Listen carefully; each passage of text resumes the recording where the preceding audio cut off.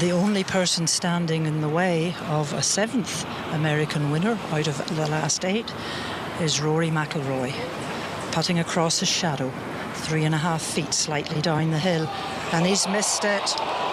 Oh my goodness, he's just saying, Bryson, here you are, do you want this title? Hot Takes or Toast, brought to you by Siegfried and Jensen with 30 years of serving Utah. The question up on our Facebook page, DJ and BK. Rory had the 2-shot lead with 5 to play. Misses 2 shorties to lose by 1 to Bryson DeChambeau. What other choke jobs in sports rank with it? Let's go. Line them up. Collapses, people. Calamities. I felt so bad for my fellow Irishman.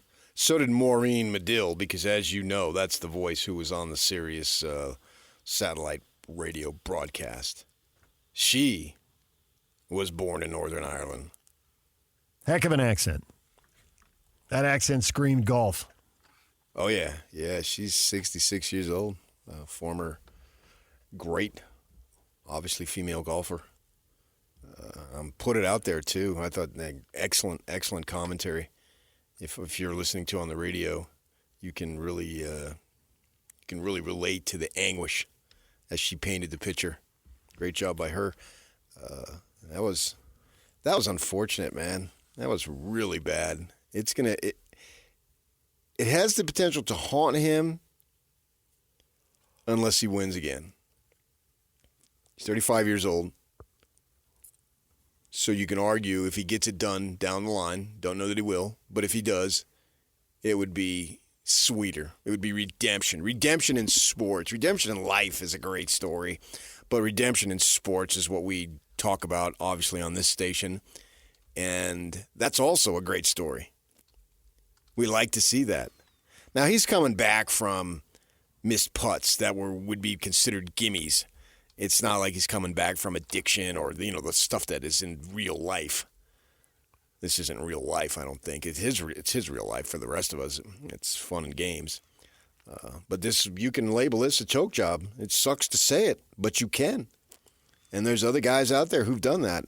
And we bring up the Norman story of Phil when he hit it off the hospitality tent. Off the tent and off the tree. Such an idiot. Yeah. How could I be so stupid? Yeah, and Phil faced the music. I would have liked for Rory to just face it. Yeah. Oh, Phil went up and uttered that. He was literally sitting on camera in front of the microphone. You think? I'm such an idiot. Yeah. Yeah. Right. I was watching it. We all were. Right, we all were. We all just couldn't believe it. He couldn't believe it. No one could believe it. A little bit like this. No one could believe this. And he wanted that so bad. And I think that factors into it, too. You want it so bad. I'm okay with failure because you want it so bad. If you're going to fail, that's the best reason to fail? Yeah. I'd rather have that than, this isn't going to ruin my summer. As opposed to not being prepared. I can give you half a dozen, but I don't know if I can rank them.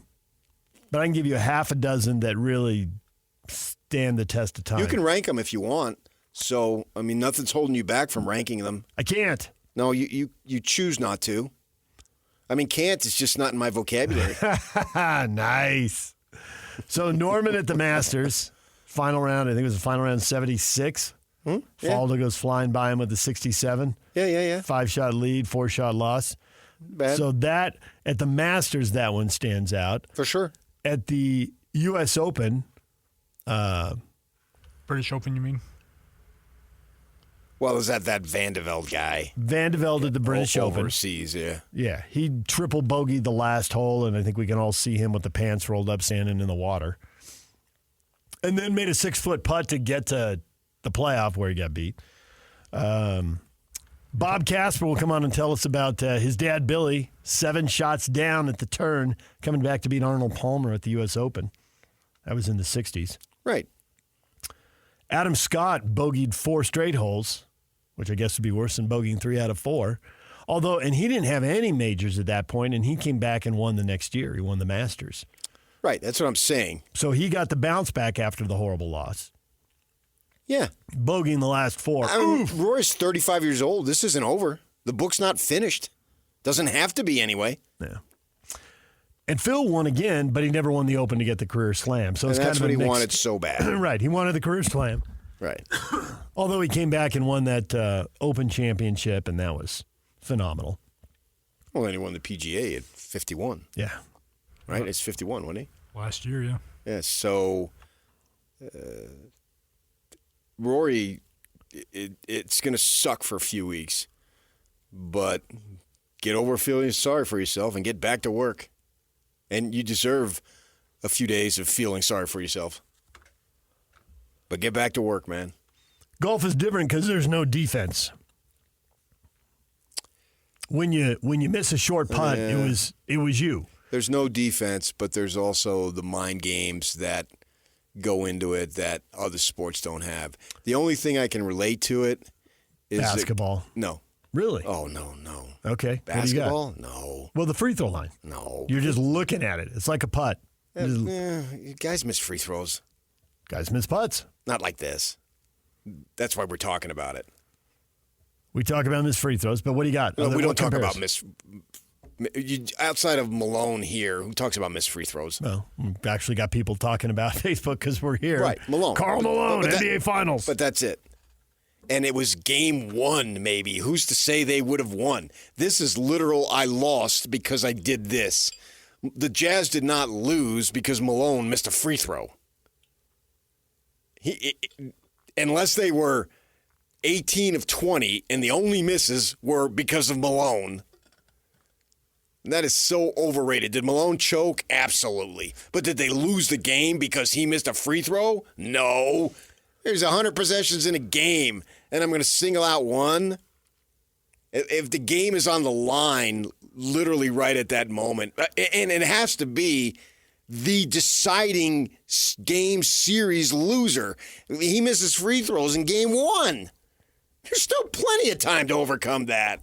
So no, I don't think anything compares in basketball. The only thing I can come up with is a field goal kicker. When all eyes are on you. And it's wide right. Yeah. And you had no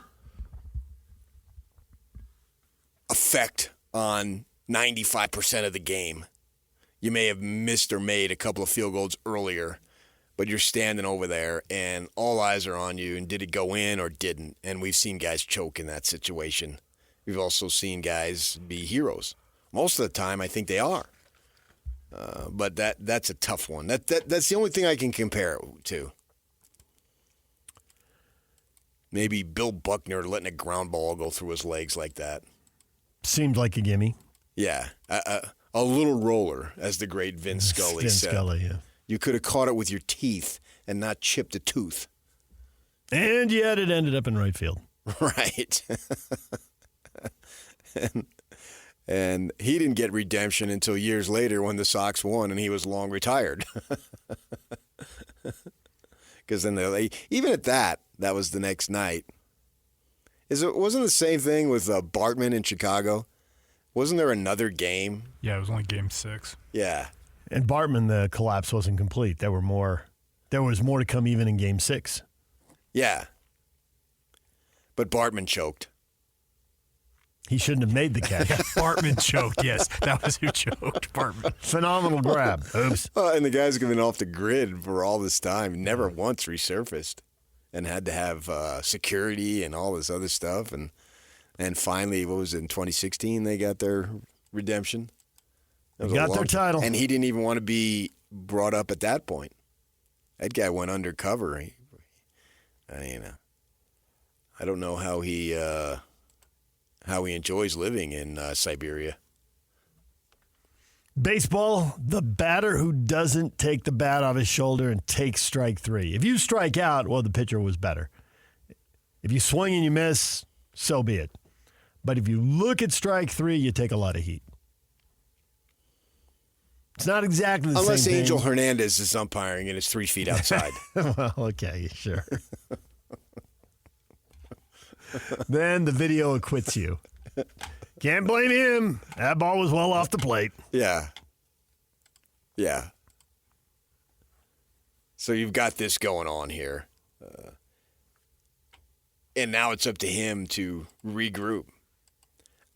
My initial reaction and thought is the sun will shine on Rory McIlroy again.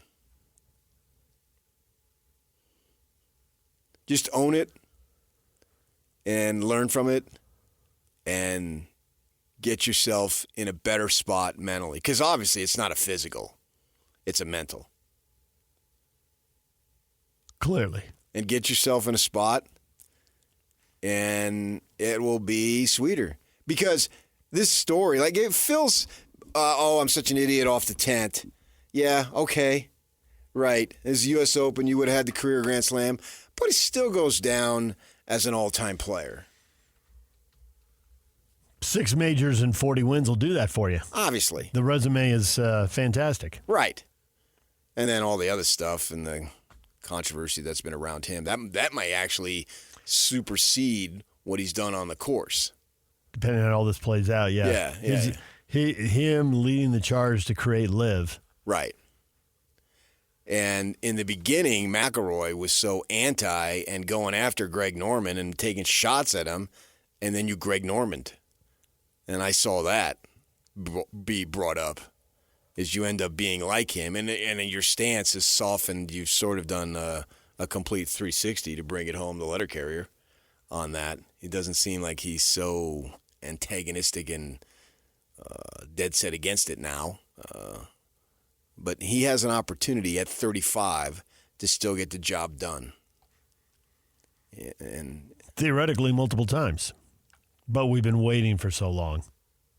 Yeah, and that's interesting, too. We've been waiting so long because he had success young. So would it have been better off if he didn't have success young? No. Doesn't make any sense. No, you got the majors in your back pocket, and so that's your resume, and the question is, can you build on it? Because certainly when you're that good, that young, we all expected more. Right.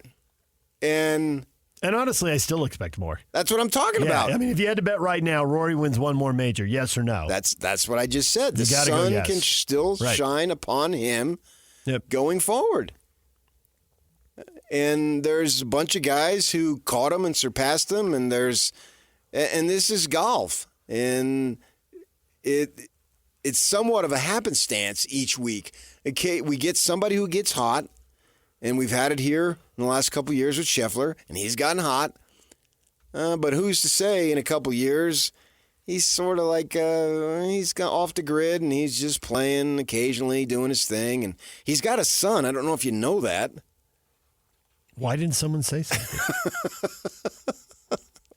Why wasn't I notified? Keep the kids out of it, please. Just keep the kids out of it. But part of it is the media. The golf loves the drama. You know, they want the cry. They go, let's bring up DeChambeau's father. And when Tiger won the Masters the last time, Jim Nantz was begging for the guy to cry. Now, Jim Nantz walks on water, and nobody can ever say anything bad about him. But in the interview in the room there, it seemed like he was just begging Tiger to show some emotion, and Tiger wouldn't break. And it's like, his father, yada, yada. And we get all that because the dads are the one and the moms along with them, especially with the U.S. Open when it's around Father's Day and literally a lot of times ends on Father's Day. So you got that going on there. They cry for that stuff because emotion is dramatic. It's why the locals and everybody else, wherever they might be, wants the on-field interview right after the win, rather than waiting to the 10-minute cooling-off period. Way more emotion. And then the sports information people are running around, no, you can't do that. And we have that battle that goes on after every last-second win. I just sit back and enjoy that one. Because you're not supposed to interview them on the field. They say it 1,000 times, and then they yell at you, blah, blah, blah, blah, blah. And the TVs want that. They want the real, raw emotion right in the moment. Understood. Got any other comparisons in sports?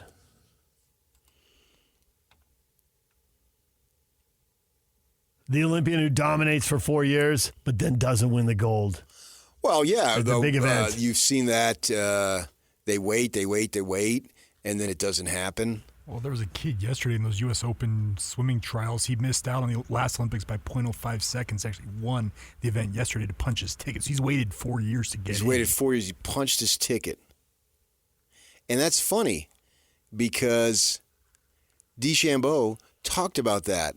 his father, who's deceased now, had said to him when Bryson was growing up, he used the analogy, the phrase, he said, keep swimming. Keep swimming, keep swimming, keep swimming. Never stop swimming. And that's what Bryson said, listening to him speak. And he went around, and anybody, it could have been the Greenville Tri-Yearly, wanted an interview with DeChambeau. He was giving it. And they went back and they had some dude I watched on the Golf Channel Johnson recreate Wagner. this shot from the trap, and it's dark. And they got like camera phones, flashlights there, kind of create a little bit of light. So he was just reveling in it, as he should. And what's interesting is this guy was thought of as, who knows anything about him anymore, man? He's a freak. He got all juiced up, and then he lost the weight, and blah, blah, blah, blah, blah, and he's not, people don't like him. Now, look at him, man. He's the toast of the golf world. He's rehabilitated his image here. He's the most popular live guy, if there's such a thing. The YouTube videos have helped him, and the way he interacted with all the fans at Pinehurst. Everybody and their dog. Yep. Yeah, and he's been playing well, which is why I picked him. I mean, it's his second U.S. Open, and it's my second U.S. Open. Nice. I got 2 under my belt now. You're just counting the minutes till Bob gets here. Who? DJ, Have we actually kept a running tally of how many each of you have won? I have. PK has one in his head. I don't think it exists anywhere else. But I have 6. Okay. I have 12 more to go to tie Jack. Oh, there you go. DJ and PK, it's 97.5, The Zone. Basketball school or football school? Are the Cougars flipping? That's next. Stay with us.